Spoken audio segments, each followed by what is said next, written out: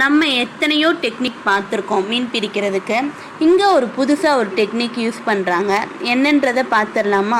இங்கே இந்த பொண்ணு வந்து என்னென்ன டெக்னிக் யூஸ் பண்ணுறாங்கன்றதை பார்த்துடலாம். இது வரைக்கும் நம்ம பார்த்த டெக்னிக் ஃபுல்லாகவே அங்கே ஒரு ஆள் இருக்கணும், தூண்டில் போடவோ வலை போடவோ. பட் இவங்களோட டெக்னிக் படி அங்கே யாரும் இல்லாட்டியும் பரவாயில்ல, மீன் சிக்கிக்கிட்டே இருக்கும். என்னன்றதை பார்த்துடலாமா? இங்கே வந்து கரெக்டாக அந்த மரத்தை வந்து சீவுறாங்க.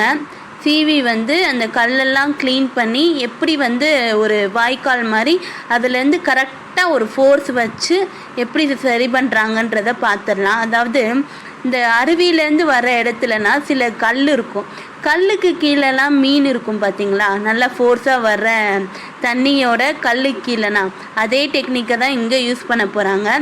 வாங்க பார்த்துடலாம். அந்த பொண்ணு கரெக்டாக அளவெடுத்து வெயிட் கொடுத்து ஒரு சுத்தியல் மாதிரி வச்சு அரைஞ்சிடுறாங்க.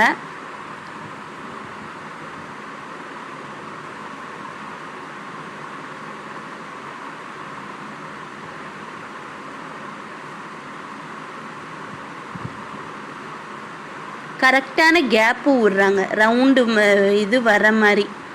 அந்த இடத்துல கரெக்டாக வலை வந்து இந்த கொசு வலை மாதிரி தான் இருக்குது. ஏன்னா அந்த ரவுண்டு வரணுன்றதுக்காண்டி வலை பின்னுறாங்க.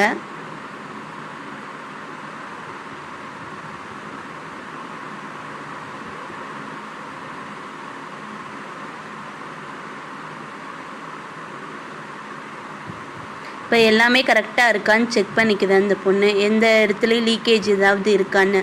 ஏன்னா மீன் பிடிச்சதுக்கப்புறம் அந்த மீன் வந்து எங்கிட்ட வெளியே போயிடும்ல. இப்போ ஒரு கவர் எடுத்து கரெக்டாக போடுறாங்க, அந்த வழியில் இருக்க அந்த கல்லெல்லாம் எடுத்து போடுறாங்க.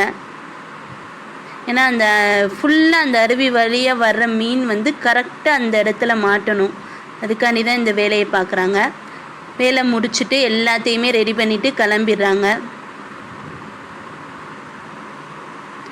ஆனால் கேமரா அங்கேயே தாங்க இருக்குது. பார்ப்போமா எப்படி வந்து அந்த மீன் வந்து அந்த இடத்துல சிக்குதுன்னு.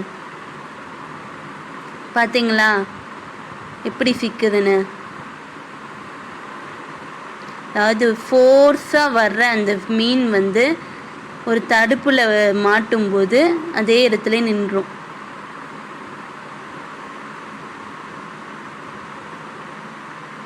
எவ்வளோ மீன் கிடைக்குதுன்னு பார்த்துடலாமே. எஸ், இந்த டெக்னிக் மூலமாக தான் இந்த அருவி மாதிரி இருக்கிற இடத்துலனா இந்த கல்லு கீழே இதுலனா மீன் வந்து நிறையவே இருக்கும்.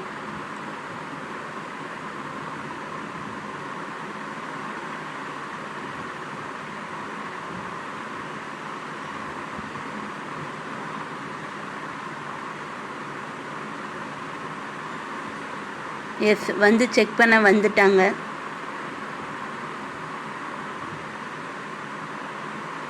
பார்த்தீங்களா, எஃபர்ட்டே போடாமல் எப்படி மீனை பிடிச்சிட்டாங்க. பட் இந்த டெக்னிக்கை வந்து அவங்க செயல்படுத்தவும் அதை கற்றுக்கவும் கண்டிப்பாக எஃபர்ட் போட்டிருப்பாங்க.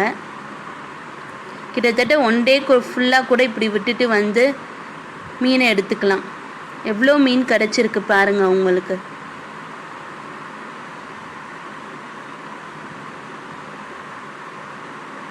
நம்ம சேனலில் இந்த மாதிரி மீன்பிடி வீடியோ தான் பார்த்துட்ருக்கோம்.